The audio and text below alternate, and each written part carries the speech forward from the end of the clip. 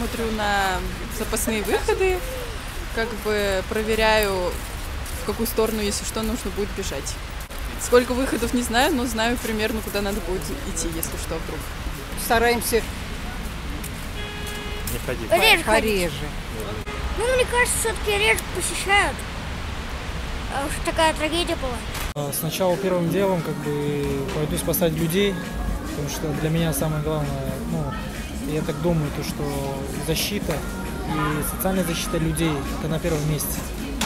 И хочу, чтобы побольше проводили профилактической работы. Кемерованы менә бүген 1 ел бугайгаймы. Мин менә бүген генә шу искә алдым. Мин шушындый сәүдә үзәкләренә йөргәндә куркам дөресен әйткәндә. Барган сайын мин уйлап барам, ничек кенә чыга торган урыннар бар микән дип. Бүген менә балалар белән килдем, шуңа аны да уйлап килдем.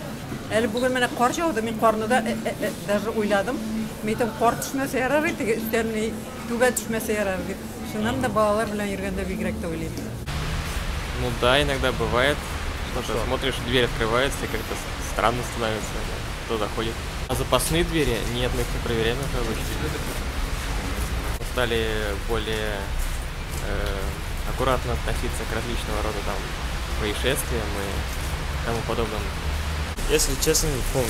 Я тоже не помню. Замечать, где выходы безопасны при пожаре, там, при угрозе какой-либо.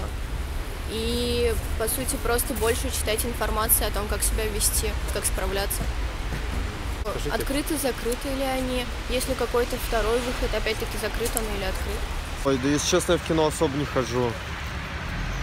Но понял то, что у нас в стране вообще всем на людей, честно говоря, похер.